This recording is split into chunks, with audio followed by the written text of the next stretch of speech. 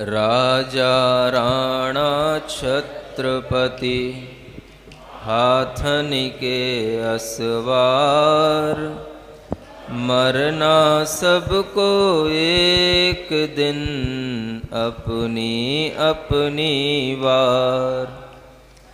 दल बल देवी देवता मात पिता परिवार, मरती बिरियाँ जीव को न राखन हार।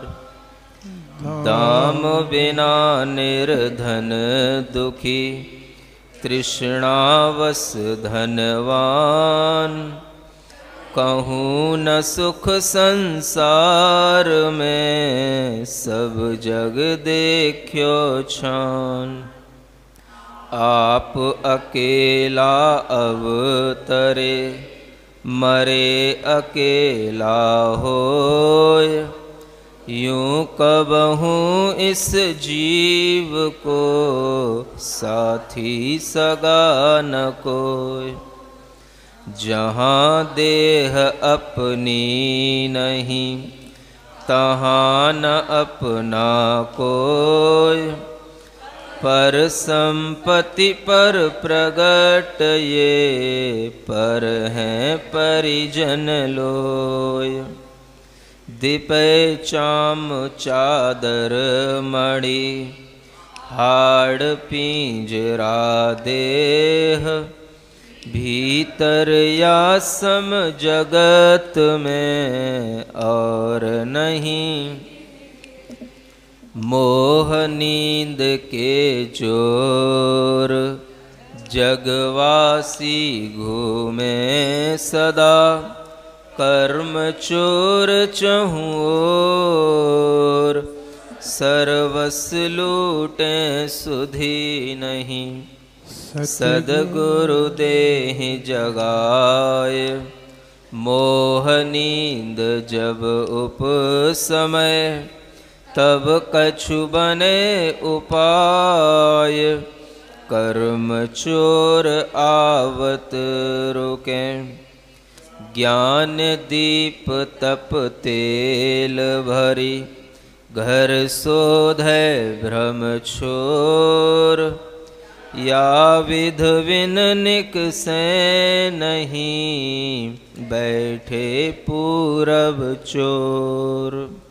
पंच महाव्रत संचरन समिति पंच परकार, प्रबल पंच इंद्रिय विजय धार निर्जरा सार। 14 राजु तुंग नभ लोक पुरुष संठान, तामे जीव अनादिते भरमति है बिन ज्ञान। जाचे सुर तरु देय सुख चिंतत चिंतारैन, बिन जाचे बिन चिंतये धर्म सकल सुख देन। धन कन कंचन राज सुख सबहि सुलभ कर जान, दुर्लभ है संसार में एक यथार्थ ज्ञान। यह 12 भावनाएं हैं जिनके भाने से इस संसार से विरक्ति उत्पन्न होती है। सबसे पहली भावना अनित्य भावना है। राजा हों, बड़े बड़े राणा हों, छत्रपति हों जिनके ऊपर छत्र लगते हैं, हाथियों पर सवारी करने वाले लोग हों, कितने ही बड़े बड़े वैभव को धारण करने वाले हों, मरना सबको एक दिन अपनी अपनी बार। कितने ही शहंशाह, कितने ही सम्राट, कितने ही बड़े बड़े तीरंदाज सब इस दुनिया में हुए, सिकंदर, नेपोलियन सब हुए, लेकिन मरना सबको एक दिन अपनी अपनी, मरने के बाद उसके केवल चर्चे रह जाते हैं, कोई भी यहाँ पर नित्य नहीं रहता है। इसी का नाम है अनित्य भावना। संसार में किसी का भी जीवन नित्य नहीं है, और जो कुछ भी संसार में जीव अर्जित करता है वह सब भी अनित्य होने के कारण से वह भी छूटता है और जीव भी यहाँ से चला जाता है। दूसरी भावना है असरण भावना। कोई भी इस संसार में शरण रक्षक नहीं होता।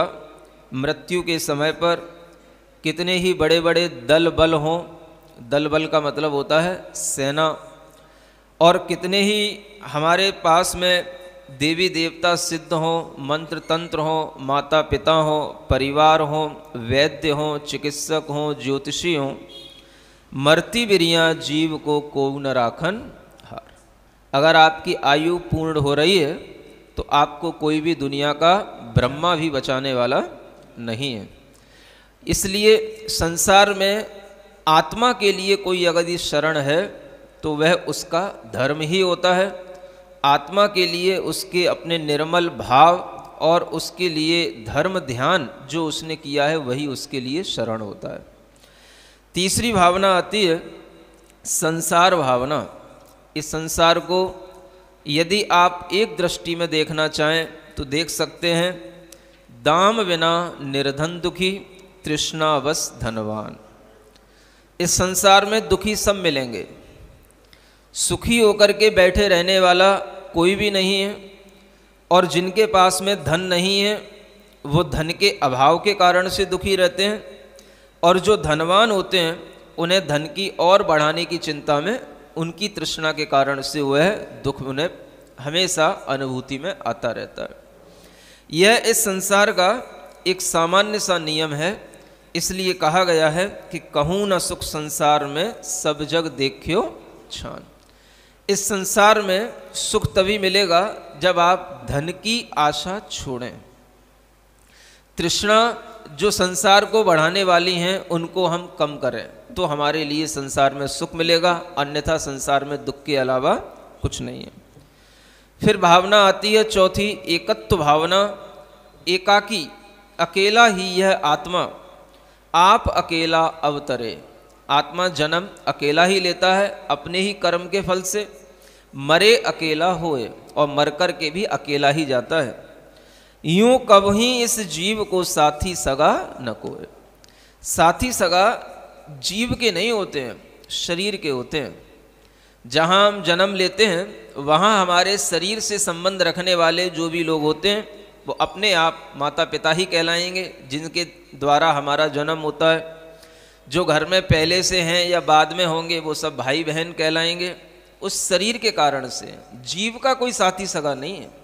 जीव माने आत्मा का साथ में जाने वाला कोई भी बंदा नहीं होता जो आत्मा के साथ में जा सके, चाहे वो पत्नी हो, चाहे पति हो, चाहे पुत्र हो या पुत्रियां हो। यह एकत्व भावना हमेशा व्यक्ति को भाना चाहिए। और इसी के साथ आती है अन्यत्व भावना कि जो ये एक आत्मा है, इसके अलावा अगर हम जो कुछ भी देखते हैं वह सब हमसे अन्य है, पृथक है, भिन्न है, सेपरेट है। ये हमें प्रकट दिखाई देता है, नहीं दिखता। हमारा घर, हमारे लोग, यहाँ तक कि हमें अपना शरीर भी अपने से पृथक दिखाई देता है। पर हैं परिजन लोए, और परिजन भी हमसे पर हैं, भिन्न हैं, ये मेरी आत्मा नहीं है। इसलिए इनको अपने से भिन्न देखना यह अन्यत्व भावना कहलाती है। इसी के बाद में आती है अशुचि भावना, जो शरीर से संबंध रखती है। दिपय चाम चादर मणि, है ना, चाम तो समझते हैं ना, चर्म से यह दिपय माने दीप्ति को प्राप्त हो जाती है, अच्छी लगती है, केवल चमड़ी के कारण से। जो इसके ऊपर चमड़ा चढ़ा है इसी की ये चादर है जो हम ओढ़े हुए हैं शरीर पर, जिसके कारण से ये शरीर मोहित करने में आता है और इससे हम मोहित होते हैं। अंदर देखोगे तो हाड़ पिंजरा देख, है ना। कभी भी किसी बायोलॉजी जहाँ पर पढ़ाई जाती है, जूलॉजी पढ़ाई जाती है, वहाँ पर लैब में चले जाना जहाँ कंकाल लटके रहते हैं, वहाँ कंकाल जा करके देखना, तब आपको भीतर का आदमी क्या होता है वो दिखाई देगा। तो वो जो है रियलिटी है। तो हाड़ पिंजरा देह ये देखना, तब आपको समझ में आएगा कि वस्तुतः यह शरीर क्या है। भीतर या सम जगत में और नहीं घिन गेह।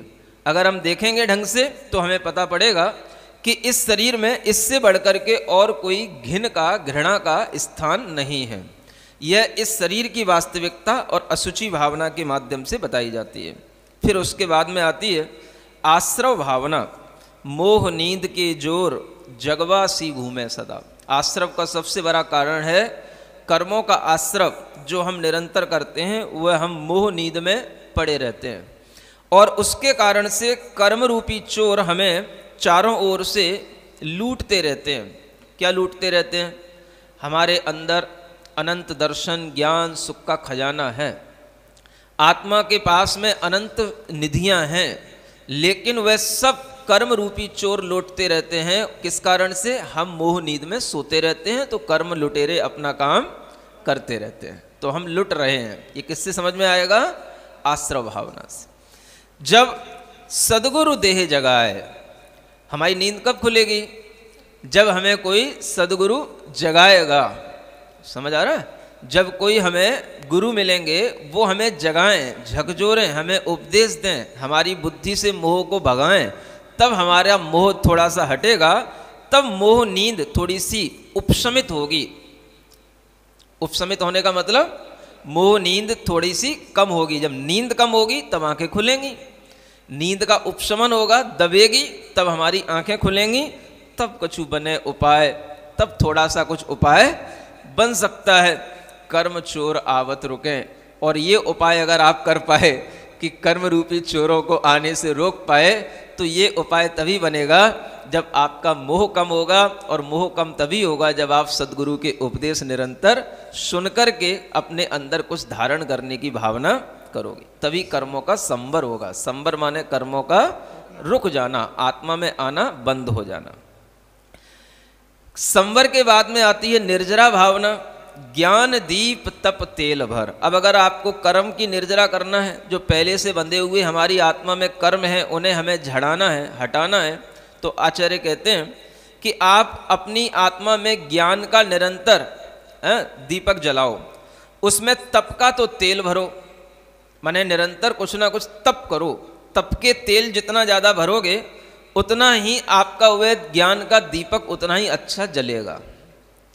समझ आ रहा है? प्रकाश कहाँ से मिलेगा? ज्ञान से मिलेगा। और उस ज्ञान को प्रकाश कौन देगा? तेल कहाँ से भरेगा? तो तप का तेल और ज्ञान का दीपक। फिर जब आप उसकी रोशनी में देखोगे तो अपना घर दिखाई देगा आपको। किसका घर? अंदर का घर, अपना घर। कौन सा घर? अब आप कहोगे अपना घर तुम रोजाना ही देखते हैं बिना ज्ञान दीप से ही, है ना? वो आपका घर नहीं है।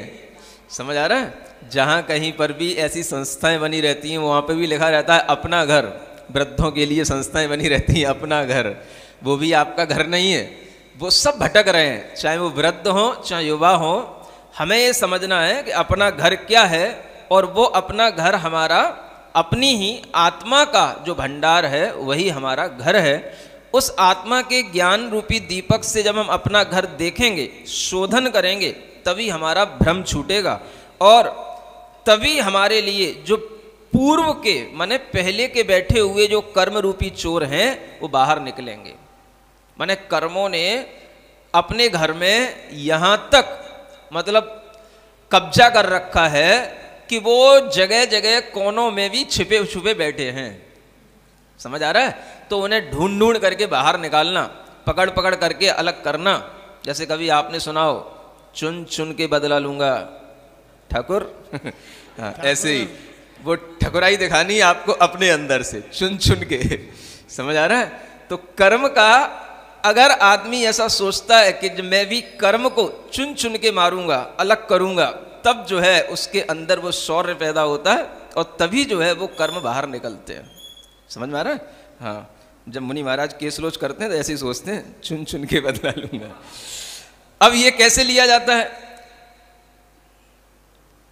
पंच महाव्रत संचरण, 5 महाव्रत चाहिए हैं, 5 समितियां चाहिए हैं, प्रबल पंच इंद्रियों पर विजय चाहिए है। इससे ये निर्जरा शुरू होगी। समझ आ रहा है? ये निर्जरा के लिए ये 2 श्लोक हैं। तो निर्जरा का मुख्य कारण यह है 5 महाव्रत, 5 समितियां, है ना, और 5 इंद्रिय विजय। ये जो चारित्र है ये ही निर्जरा का कारण है। इसी से कर्म शत्रु बाहर निकलते हैं। फिर लोक भावना आती है। 14 राजू उतंग नव। ये लोक कैसा है? 14 राजू ऊंचा है। और कैसा है लोक? यह है पुरुष के आकार से समझ में आता है।